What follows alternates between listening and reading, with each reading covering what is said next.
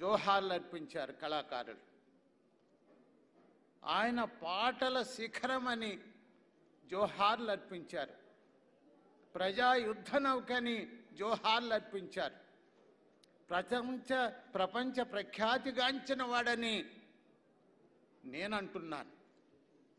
మరి ఇటువంటి ప్రపంచ ప్రఖ్యాతిగాంచినటువంటి వాగ్గేయకారుడు మరి ఆయన చిన్నతనంలో 19 సంవత్సరాలు ఉన్నప్పుడే నా దగ్గరికి రావడం, నేను ఒక ఆఫీసర్గా ఉండడం, ఇండియన్ ఇన్ఫర్మేషన్ సర్వీస్ ఆఫీసర్గా ఉన్నాను నేను.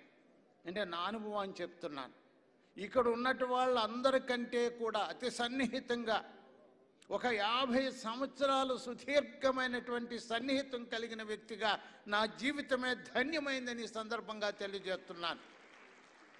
ఆయన 19 సంవత్సరాలు ఉన్నప్పుడు నేను రీజనల్ ఆఫీసర్ పబ్లిసిటీ డిపార్ట్మెంట్లో పనిచేస్తూ ఉన్నాను. ఇండియన్ ఇన్ఫర్మేషన్ సర్వీస్ ఆఫీసర్గా బాబాసాహెబ్ అంబేద్కర్ ఏదైతే రాజ్యాంగపరమైనటువంటి హక్కుగా మాకు ఇచ్చాడో మొట్టమొదటి